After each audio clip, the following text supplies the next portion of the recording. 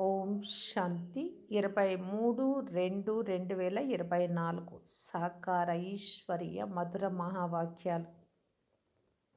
మధురమైన పిల్లలారా, మీరు చార్టును ఉంచుకుంటే ముందుకు వెళ్తున్నామా లేక వెనుకకు వెళ్తున్నామా అనేది తెలుస్తుంది. దేహాభిమానం వెనుకకు తొలగిపోయేలా చేస్తుంది. దేహి ఆత్మ అభిమాని స్థితి ముందుకు తీసుకెళ్తుంది. ప్రశ్న: సత్యయుగ ఆదిలో వచ్చే ఆత్మకు, ఆలస్యంగా వచ్చే ఆత్మకు ముఖ్యమైన వ్యత్యాసం ఏది? జవాబు: ఆదిలో వచ్చేవారు సుఖం కావాలి అనే కోరికను ఉంచుకుంటారు. ఎందుకంటే సత్యుగంలోని ఆది సనాతన ధర్మం చాలా సుఖమునిచ్చేది. ఆలస్యంగా వచ్చే ఆత్మకు సుఖం కోరడం కూడా తెలియదు. వారు శాంతి శాంతి అని వేడుకుంటూ ఉంటారు. అనంతమైన తండ్రి నుండి సుఖశాంతుల వారసత్వం ప్రతి ఆత్మకు ప్రాప్తిస్తుంది. ఓం శాంతి. భగవాను వాచ. భగవాను వాచ అని అన్నప్పుడు పిల్లలకు బుద్ధిలోకి కృష్ణుడు రాడు, బుద్ధిలోకి శివబాబాయే వస్తారు. ముఖ్యమైన విషయం తండ్రి పరిచయమును ఇవ్వడం. ఎందుకంటే తండ్రి నుండే వారసత్వం లభిస్తుంది. మేము శివబాబా అనుచరులము అని మీరు అనరు. మీరు శివబాబాకు సంతానం. సదా మిమ్ములను మీరు పిల్లలమని భావించండి. వారు తండ్రి, టీచరు, గురువు కూడా అని ఇతరులెవ్వరికీ తెలియదు. పిల్లలైన మీలో కూడా చాలామంది మర్చిపోతారు. ఇది గుర్తున్న అహో సౌభాగ్యం. బాబాను మర్చిపోతారు. అప్పుడు లౌకిక దేహ సంబంధాలు మొదలైనవన్నీ గుర్తుకొస్తాయి. వాస్తవానికి మీ బుద్ధి నుండి మిగిలినవన్నీ తొలగిపోవాలి. ఒక్క తండ్రి మాత్రమే గుర్తుండాలి. త్వమేవ మాతశ్చ పిత అని మీరు అంటారు. ఒకవేళ ఇతరులు ఎవరైనా గుర్తొస్తే సద్గతిలోకి వెళ్తున్నాము అని చెప్పరు కదా. దేహ అభిమానంలో ఉన్నారు కనుక దుర్గతియే కలుగుతుంది. దేహి అభిమానిగా ఉన్నట్లయితే సద్గతి కలుగుతుంది. ఒక్కొక్కసారి క్రిందకు, ఒక్కొక్కసారికి పైకి ఎక్కుతూ దిగుతూ ఉంటారు. ఒక్కొక్కసారి ముందుకు వెళ్తారు, ఒక్కొక్కసారి వెనుకకు వెళ్తారు. దేహ అభిమానంలోకి అయితే చాలా వస్తారు. అందువలనే బాబా సదా చార్టు నుంచమని కోరుతారు. దానివల్ల మీరు ముందుకు వెళ్తున్నారా లేక వెనుకకు వెళ్తున్నారా అనేది తెలుస్తుంది.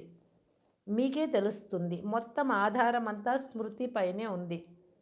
క్రిందకు పైకి ఎక్కుతూ దిగుతూనే ఉంటారు. పిల్లలు నడుస్తూ నడుస్తూ అలసిపోతారు. అప్పుడు బాబా, ఇలా జరిగింది బాబా, మీ స్మృతి మర్చిపోతున్నాము అని విలపిస్తూ ఉంటారు. దేహ అభిమానంలోనికి రావడం వల్లనే వెనుకకు వెళ్తారు. ఏదో ఒక పాపం చేస్తారు. మొత్తం ఆధారం అంతా స్మృతిపైనే ఉంది. స్మృతి ద్వారానే మీ ఆయువు పెరుగుతుంది. అందువలనే యోగము అనే పదం బాగా ప్రసిద్ధమైంది.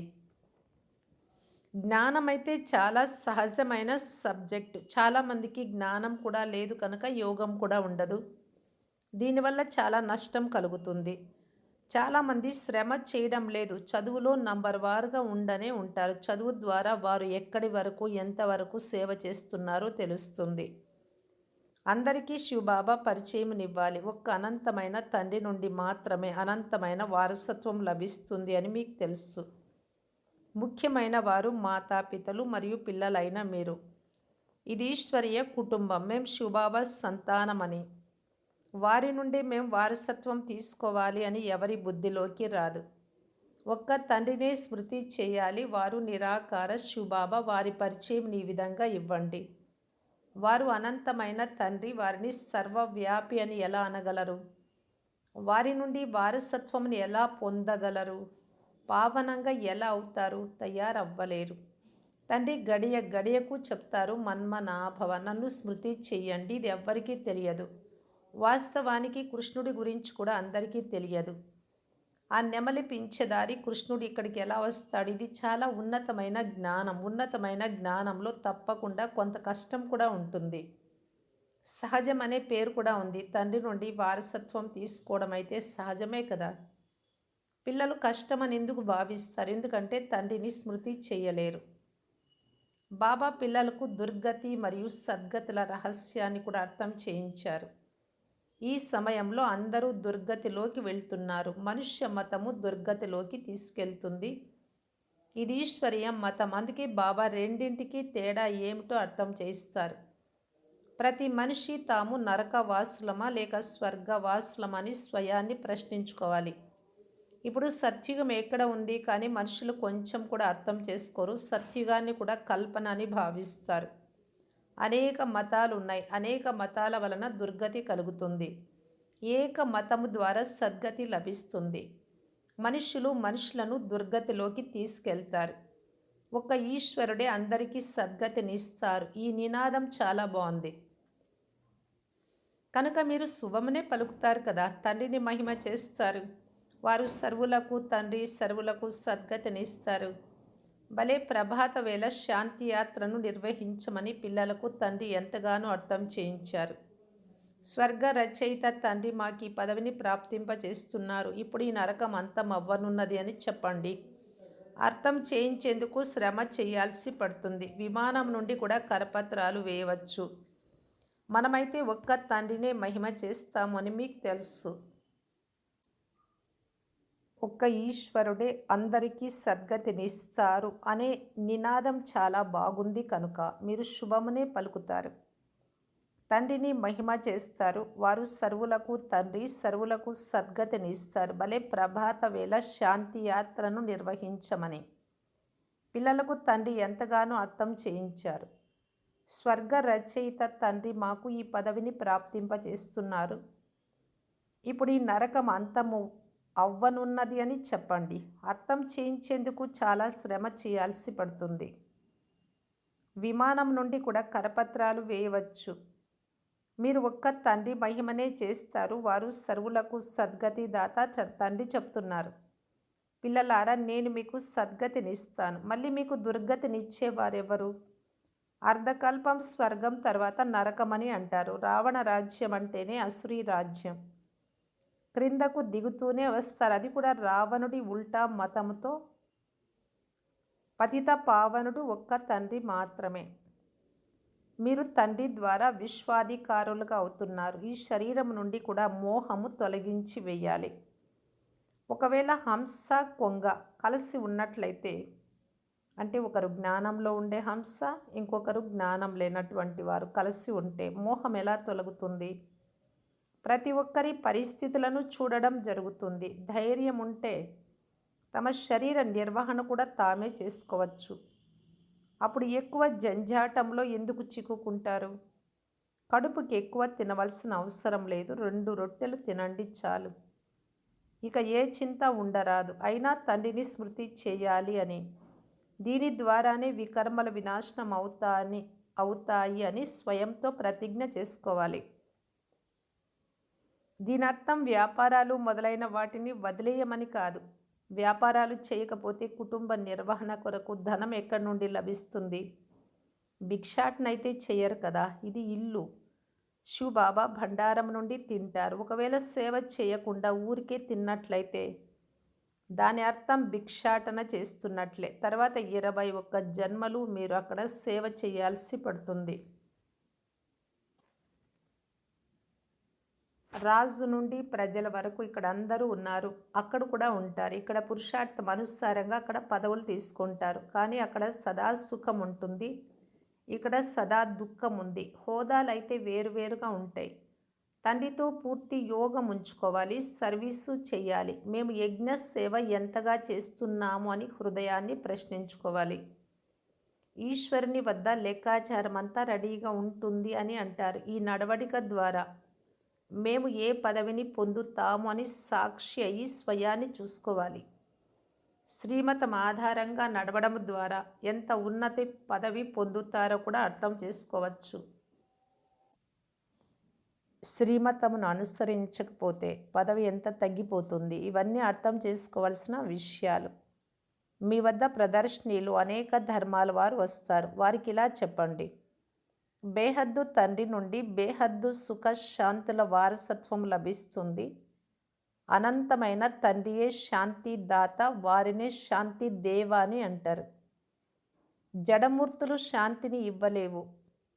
మీ స్వధర్మమే శాంతి అని తండ్రి చెప్తున్నారు. మీరు శాంతిధామంలోకి వెళ్ళాలి అని కోరుకుంటారు. శివబాబా శాంతినివ్వండి అని కోరినప్పుడు తండ్రి ఎందుకు ఇవ్వరు? తండ్రి తన పిల్లలకు ఆస్తి ఇవ్వరా? శివబాబా సుఖంనివ్వండి అని అంటారు. వారు స్వర్గ స్థాపన చేయు తండ్రి మరి సుఖమునెందుకు ఇవ్వరు? వారిని స్మృతి చేయనే చెయ్యరు. వారిని అడగనే అడగకుంటే వారు ఎలా ఇస్తారు? శాంతి సాగరుడైతే బాబాయే కదా! మీరు సుఖాన్ని కోరుకుంటారు. తండ్రి చెప్తారు శాంతి తర్వాత అంటే పరంధామానికి శాంతిలోకి వెళ్ళిన తర్వాత మళ్ళీ సుఖంలోకి, స్వర్గంలోకి రావాలి. మొట్టమొదట వచ్చిన వారు స్వర్గంలో సుఖమును పొందుతారు. ఆలస్యంగా వచ్చేవారికి సుఖమును కోరడం కూడా రాదు. వారు ముక్తినే కోరుకుంటారు. మొదట అందరూ ముక్తిలోకే వెళ్తారు. అక్కడ అసలు దుఃఖమే ఉండదు. మేము ముక్తి ధామంలోకి వెళ్ళి తర్వాత మళ్ళీ జీవన్ముక్తిలోకి వస్తాము అని మీకు తెలుసు. మిగిలిన వారందరూ ముక్తిలోకి వెళ్ళిపోతారు. దీనిని వినాశన సమయము అని అంటారు.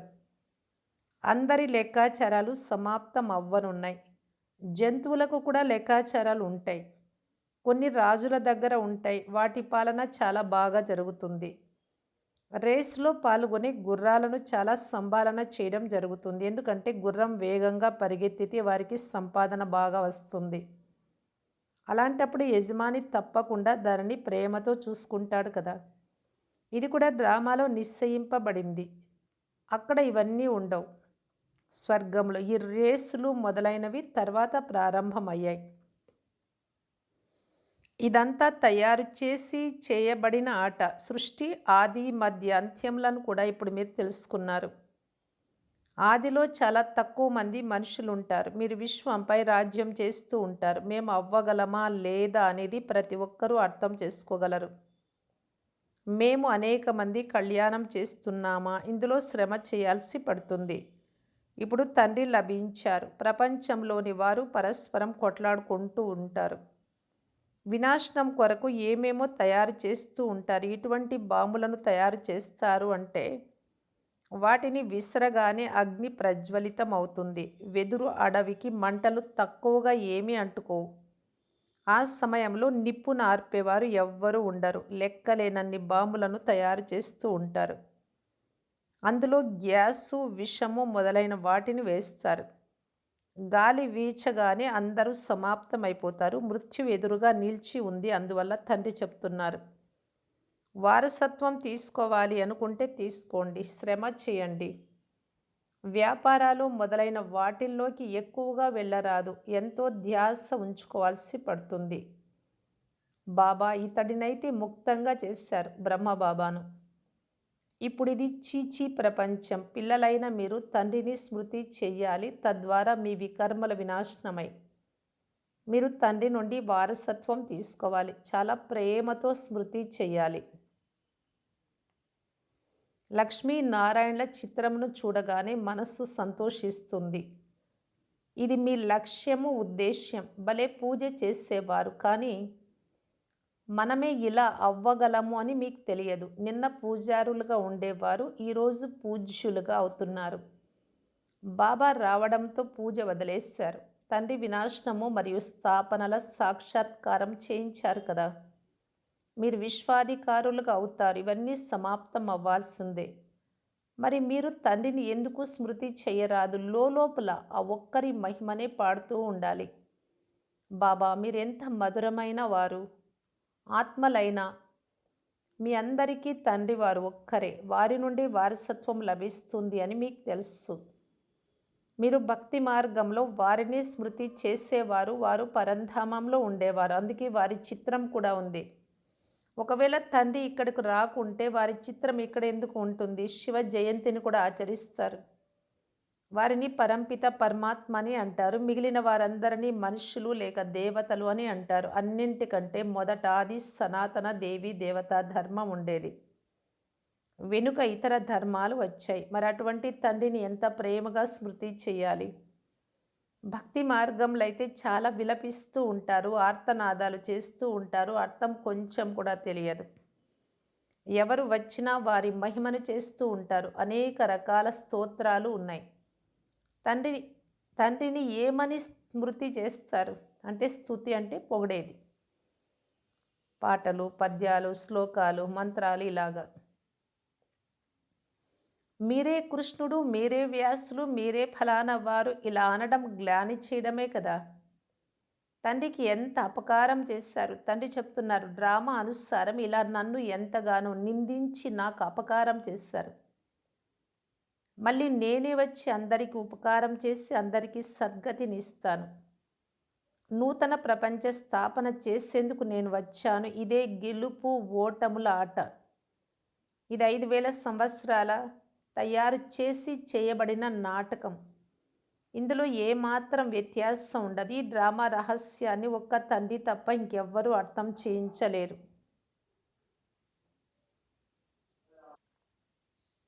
మనుష్య మతాలైతే అనేకం వెలువడుతూ ఉంటాయి. దేవతా మతమైతే లభించనే లభించదు. మిగిలినవన్నీ మనుష్య మతాలు. ప్రతి ఒక్కరూ తమ తెలివిని ప్రదర్శిస్తూ ఉంటారు.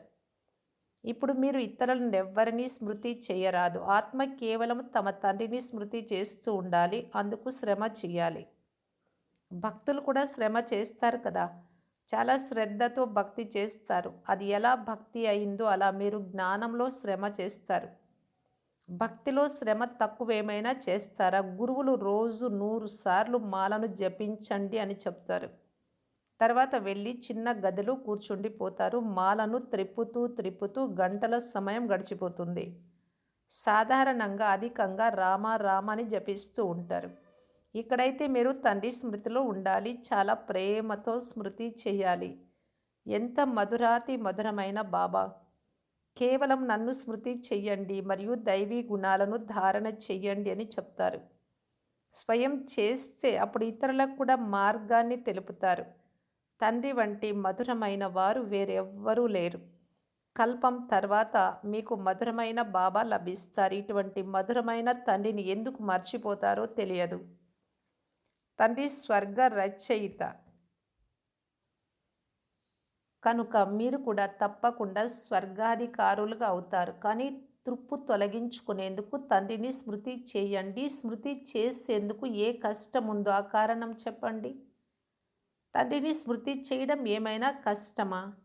అచ్చా, మధురాతి మధురమైన అపురూపమైన పిల్లలకు మాతాపిత బాప్ దాదాల ప్రియ స్మృతులు మరియు గుడ్ మార్నింగ్. ఆత్మిక పిల్లలకు ఆత్మిక తండ్రి నమస్తే. ధారణ కొరకు ముఖ్య సారం. ఫస్ట్ పాయింట్, శరీర నిర్వహణ కొరకు కర్మ తప్పకుండా చేయండి. కానీ అధిక జంజాటంలో చిక్కుకోరాదు. తండ్రిని మర్చిపోయేటంతగా జ్ఞానం వినడానికి, తండ్రిని స్మృతి చేయడానికి తీరిక లేనంతగా వ్యాపారాలు, వృత్తి మొదలైన వాటిని గురించి చింతన చేయరాదు. సెకండ్ పాయింట్, మనుషులు అనేక మతాలను వదిలి ఒక్క తండ్రి మతమునే అనుసరించాలి. ఒక్క తండ్రినే మహిమ చేయాలి. ఒక్క తండ్రిని ప్రేమించాలి. మిగిలిన అందరి నుండి మోహాన్ని తొలగించి వేయాలి. వరదానము. బేహద్దు వైరాగ్య వృత్తి ద్వారా పాత సంస్కారాల దాడి నుండి సురక్షితంగా ఉండే మాస్టర్ నాలెడ్జ్ఫుల్ భవ. పాత సంస్కారాల కారణంగా సేవలో లేక సంబంధ సంపర్కంలో విఘ్నాలు వస్తాయి. సంస్కారాలే భిన్న భిన్న రూపాలతో తమ వైపు ఆకర్షిస్తాయి. ఎక్కడైతే ఏ వైపు అయినా ఆకర్షణ ఉంటుందో అక్కడ వైరాగ్యం ఉండదు. సంస్కారాలు అంశమాత్రము దాగి ఉన్నా అది సమయానుసారం వంశం యొక్క రూపం తీసుకుంటుంది, పరవశం చేసేస్తుంది. అందువలన నాలెడ్జ్ఫుల్గా ఈ బేహద్దు వైరాగ్య వృత్తి ద్వారా పాత సంస్కారాలు, సంబంధాలు, పదార్థాల దాడి నుండి ముక్తులుగా అవ్వండి. అప్పుడు సురక్షితంగా ఉంటారు. స్లోగన్. మాయతో నిర్భయులుగా. పరస్పర సంబంధాలలో నిర్మాణాత్మకంగా అవ్వండి. అవ్యక్త ఇషారా. మధురత గుణాన్ని ధారణ చేసి మధుసూదనుడైన తండ్రి పేరును ప్రఖ్యాతి చేయటానికి బాప్ దాదా తెలియజేస్తూ ఉన్నారు. మీ మనస సంకల్పము, వాణి అనగా మాటలు మరియు సంబంధ సంపర్కం సదా స్వీట్గా ఉండాలి. మధురత సంపన్నము అనగా మహాన్. ఎందుకంటే వర్తమాన సమయంలో లోకులు ప్రాక్టికల్ లైఫ్ను చూడాలనుకుంటారు. మీ వాణి సేవతో ప్రభావితమయ్యి సమీపంగా రాగలరు. కానీ ప్రాక్టికల్ మధురత, మహానత, శ్రేష్ఠ భావన, నడవడిక మరియు ముఖం చూసి స్వయం పరివర్తన కావటానికి ప్రేరణ పొందగలరు. స్వయం ప్రమాణంగా మీ ముఖము మరియు నడవడిక ద్వారా సేవ చేయాల్సి ఉంది. సమయ ప్రమాణంగా. ఓం శాంతి.